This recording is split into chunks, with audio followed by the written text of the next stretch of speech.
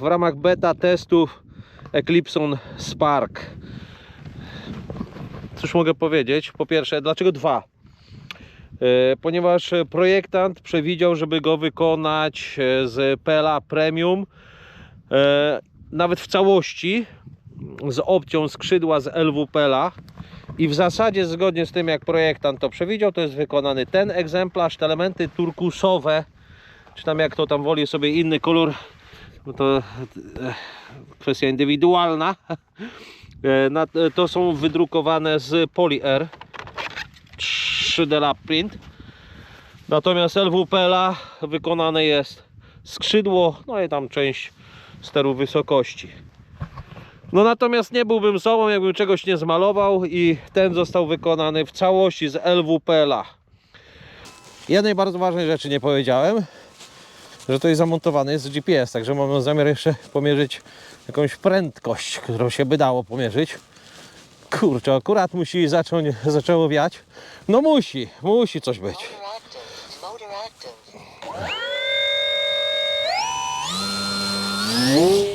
Wow, ale wyrwał. Ale wyrwał.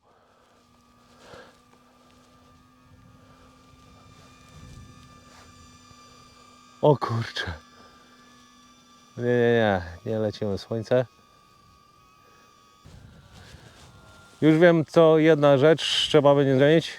Ja tutaj Satoru dobrze to zdiagnozował ze slow flyerem. Przy dużych obrotach będzie problem.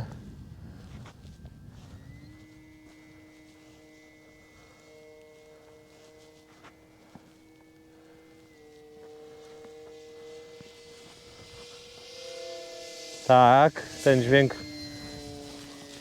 No ale prędkość nie za duża. Wiecie co? Ja wyląduję i co zrobię? Założę inne śmigło. Spróbujemy tutaj z innym śmigłem.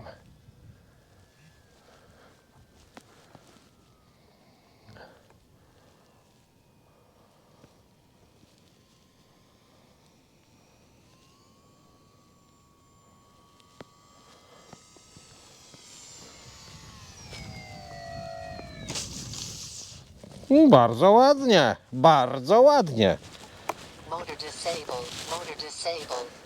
Drugi start po zmianie śmigła, bo w tych warunkach to spokojnie bym nie polatał, a ja miałem dzisiaj mieć tutaj pogodę bezwieczną. Dlatego sobie nastawiłem się na spokojne loty, ale tutaj znowu pogoda zrobiła psikusa i jest jaka jest. Dobra. -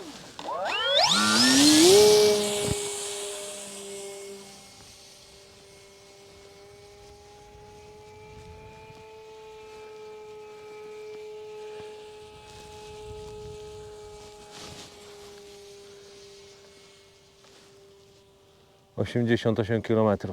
Przynajmniej tyle pokazało. 112.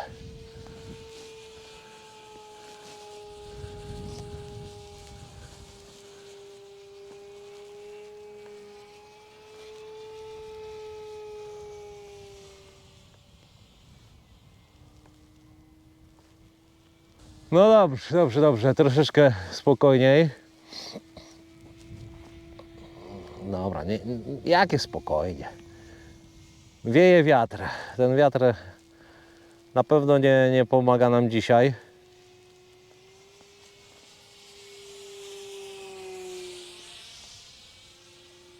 Trymowanie to nawet nie wchodzi w grę. Mamy połowę gazu. Około 60 km na godzinę.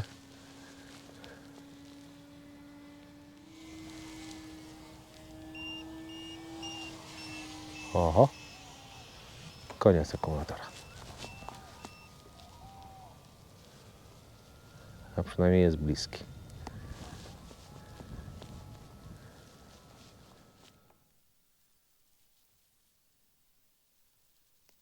O, znowu zaczęło wiać.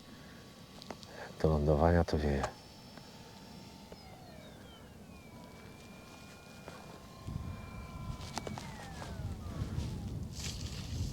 piękne lądowanie. Bardzo mi się podoba. Planowałem też sprawdzenie go z akumulatorem 4S, co też właśnie taki akumulator tutaj przed chwilą założyłem. Przy 3S osiągnęliśmy gdzieś tam rzędu 115, 112, 115 km na godzinę. No później jeszcze dokładnie to sprawdzę w logach. A teraz zobaczymy, co będzie przy akumulatorze 4S, jak on będzie się zachowywał.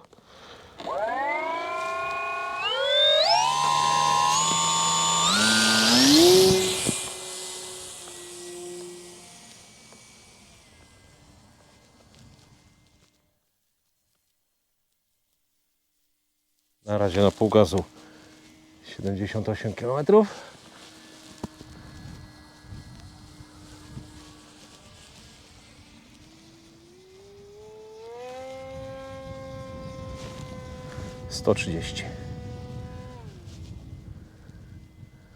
No jest różnica. Jednak jest różnica.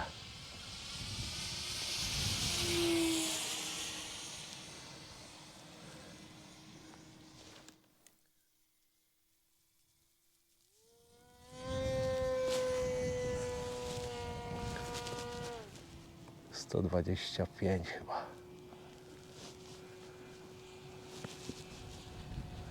Ale zadziera go.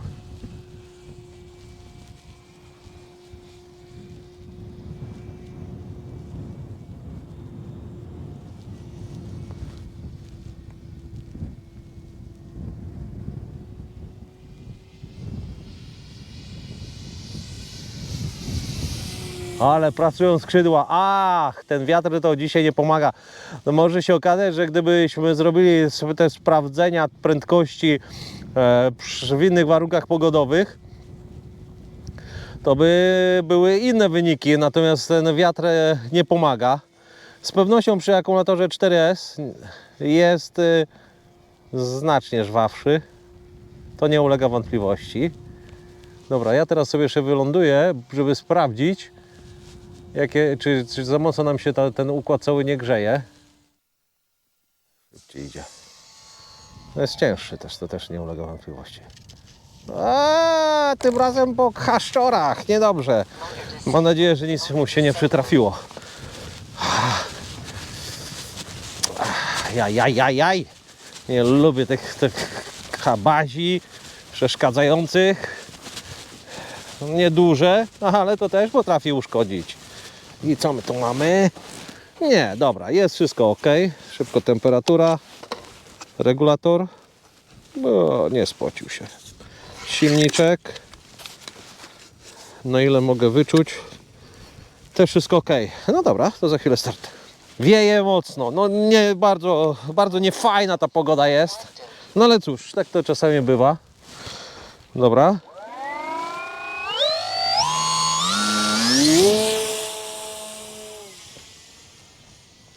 Ależ. Dobra. Czy ja teraz chciałbym polatać trochę spokojniej? Nie.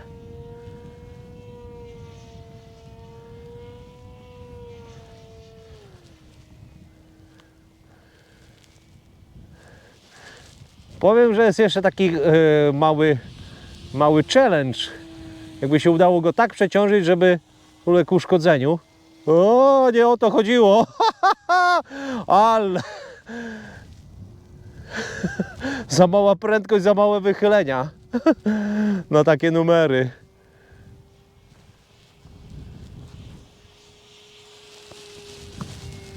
Wróćmy, challenge zacząłem mówić, że jeżeli by udało się go tak przeciążyć, żeby uległ uszkodzeniu, ale wiecie co? Wydaje mi się, że to jest niemożliwe. Przy tej konstrukcji, jak on jest zrobiony zgodnie z zaleceniami, to wydaje mi się, że jest to niemożliwe. Dlaczego? Dlatego, że kadłub, ja tego nie powiedziałem, ale on jest jak w dotyku nawet, jest jak odlew. Natomiast jak już wylądujesz przy omówieniu, to jeszcze powiem o tym, jak są zbudowane śmigła, jak one są, skrzydła, jak są wzmocnione. Także według mnie to raczej marne szanse, żeby udało się go uszkodzić bez, jakby to powiedzieć, bez sabotażu.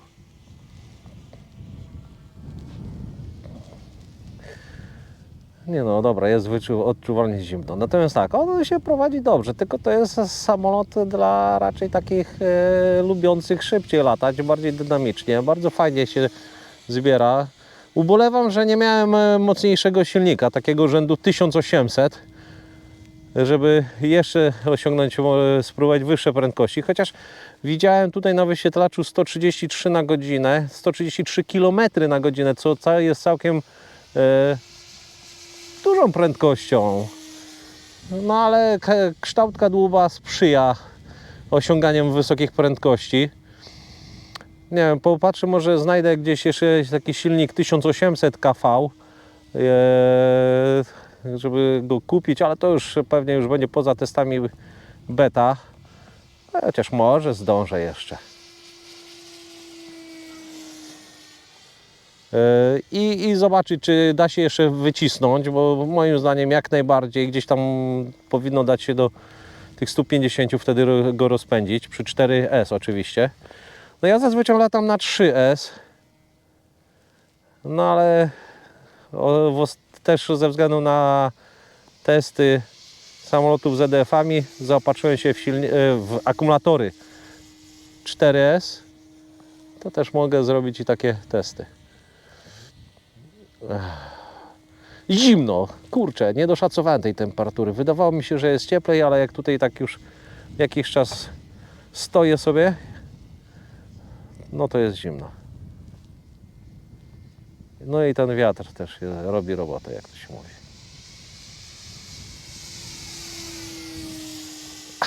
Fajnie wygląda.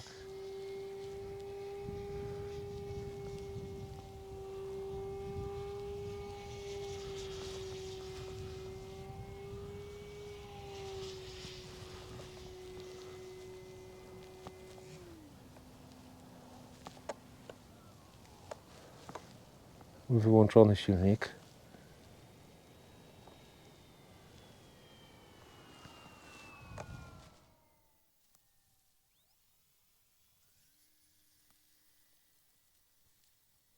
Żwawo zbiera się do góry. To już zauważyłem. I teraz zastanawiam się, czy to jest jakby tutaj zaleta tej konstrukcji, czy jest to kwestia warunków pogodowych. Jak ten drugi egzemplarz sobie poradzi.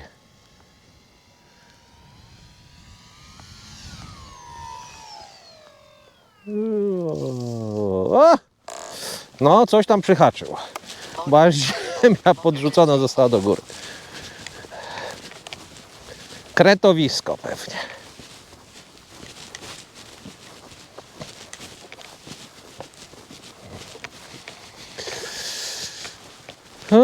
Okej. No widzicie, aż wyrwało ziemię. Ale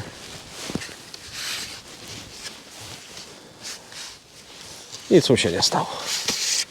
No dobrze.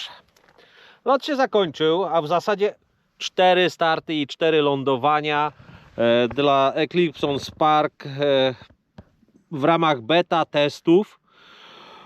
Za dużo w czasie lotu się nie nagadałem, bo skoncentrowany byłem na pilotowaniu. Bo warunki są nie najprzyjemniejsze i powiem, że najchętniej to bym powtórzyłbym te loty, jak będzie lepsza pogoda, jak będzie troszeczkę cieplej. I moje takie pierwsze spostrzeżenia, fajnie latający samolot. Nie wiem dlaczego, czy ze względu na pogodę, wiatr, czy ustawienie samolotu, czy ułożenie akumulatora. Bardzo mocno go ciągnęło do góry. Także tutaj to takie pierwsze spostrzeżenie. Co wcale nie jest źle, przynajmniej nie przy starcie. Także dość mocno ciągnęło go do góry. Szybki samolot. Na podejściu do lądowania też szybki. Natomiast dobrze pracuje tutaj ster wysokości. Jak ktoś lubi szybkie manewry, to ten samolot na to pozwoli. Już minimalny ruch steru powoduje, że wchodzi w pętlę. Natomiast lotki działają dość standardowo, czyli jak tutaj w moim przypadku, to do gwałtowniejszych czy tych mocniejszych manewrów to trzeba by przełączyć na przełączniczku na maksymalne wychylenia i wtedy nie będzie problemu. Co do mojego wyposażenia, do mojego egzemplarza, to tak, serwa tutaj tak zabudowane, a tam widać troszeczkę, serwa czarne. Ja ich używam tanie, ale one dobrze się sprawdzają. Regulator 50 amperowy, taki minimalny. Polubiłem je, bo są małe. Chociaż trzeba przyznać, że czasami potrzebny jest ciężki regulator i to też mi się zdarzyło. Ale tu akurat ta minimalna waga to jest akurat atut. Silnik 1400 kV. Wynika to z tego, że nie mam innego silnika, który bym tutaj chciał założyć. Mam jeszcze jakieś tam 1800, ale to może na następny raz spróbuję założyć. No i tutaj jeszcze jest do odbiornika, tam jest odbiorniczek głęboko do odbiornika podłączony GPS i o ile przy akumulatorze 3S to udało się osiągnąć jakieś 105-110 km na godzinę, to już tu widziałem na wyświetlaczu przy 4S powyżej 130. Sprawdzę jeszcze logi. Mam nadzieję, że się nagrały, bo dopiero to uruchomiłem przy tym samolocie i jeszcze ewentualnie to potwierdzę. Także gdzieś tam w trakcie tego lotu to te powyżej 130 przy 4S bez problemu. Challenge był, żeby przeciążyć ten samolot tak, żeby uszkodzić, czy nawet nadal trwa w ramach beta testów, ale słuchajcie, ten kadłub wykonany z Poly-Air jest w dotyku, on jest jak odlewany. Przy wysokości warstwy 0,16 to on jest gładziutki, totalnie tak jak odlew. I ciężko by było go uszkodzić. Zresztą zobaczcie, i tutaj są też dość gęste, to będzie, nawet widać, to prześwituje, wzmocnienia. Podwójna warstwa, czyli tutaj ta jedna zewnętrzna i w środku druga wewnątrz wzmocnienie. Także dość mocny ten kadłub jest. Skrzydła tak samo. No to zobaczymy. Będzie widać. Zobaczcie, to widać dość dobrze, że to jest wzmocnienie. Wewnątrz jeszcze są pręty węglowe. Więc to jest bardzo mocna konstrukcja. Tutaj jest pręt węglowy 8 i w tym miejscu zaczynają się, a tutaj kończą 6. Także pręty węglowe, to wszystko powoduje, że to jest bardzo mocny samolot i dość sztywna jest konstrukcja. Dostarczone były z samolotem pliki 3MF.